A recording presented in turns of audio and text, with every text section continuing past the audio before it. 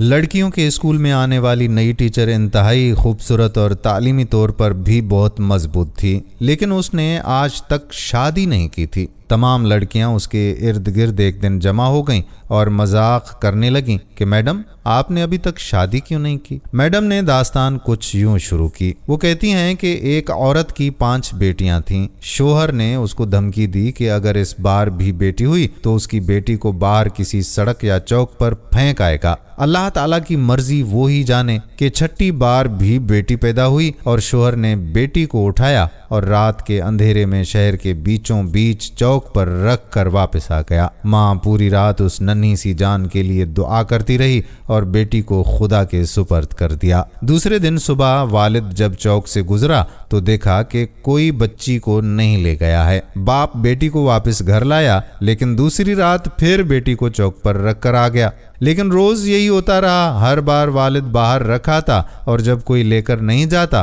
तो मजबूरन वापस उठा लाता, यहाँ तक कि उसका बाप थक गया और खुदा की मर्जी पर राजी हो गया। फिर खुदा ताला ने कुछ ऐसा किया कि 1 साल के बाद माँ फिर से उम्मीद से हो गई और इस बार उनके यहाँ बेटा पैदा हुआ। लेकिन चंद दिनों के बाद बेटियों में से एक की मौत हो गई। यहाँ तक कि 5 बार माँ उम्मीद से हुई और 5 बेटे हुए, लेकिन हर बार उसकी बेटियों में से एक इस दुनिया से रुखसत हो जाती। सिर्फ एक ही बेटी जिंदा बची और वो वही बेटी थी जिससे बाप जान छुड़ाना चाहता था। माँ भी इस दुनिया से रुखसत हो गई और 5 बेटे और एक बेटी सब बड़े हो गए। टीचर ने कहानी बताते हुए बताया कि वो बेटी जो जिंदा रही कौन है? वो मैं हूँ, और मैंने अभी तक शादी इसलिए नहीं की कि मेरे वालिद इतने बूढ़े हो चुके हैं कि अपने हाथ से खाना भी नहीं खा सकते और कोई दूसरा नहीं जो उनकी खिदमत करे। बस मैं ही उनकी खिदमत किया करती हूँ